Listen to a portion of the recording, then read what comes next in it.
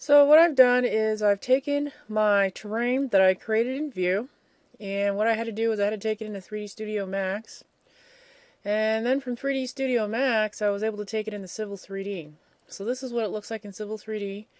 There was a lot of steps that I had to do in between. In a later tutorial I will cover those steps and how you can move a mesh terrain from View into Civil 3D.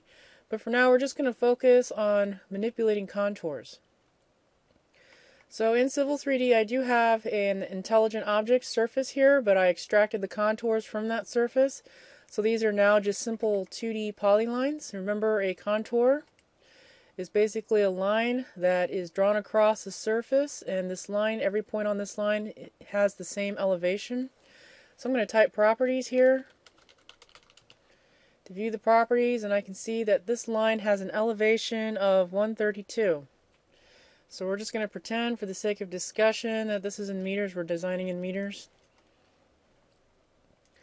And what we want to do is we want to grade in that flat surface into this area here, just like we did before in 3D, but now we're going to do it by simply manipulating these contours. And as you can see right now, we have a lot of contours here, and this is pretty common with a plan. You may see a lot of contours, and this may seem kind of really overwhelming.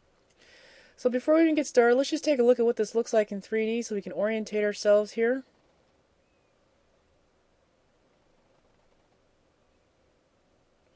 So this might look somewhat familiar with what we've been working with.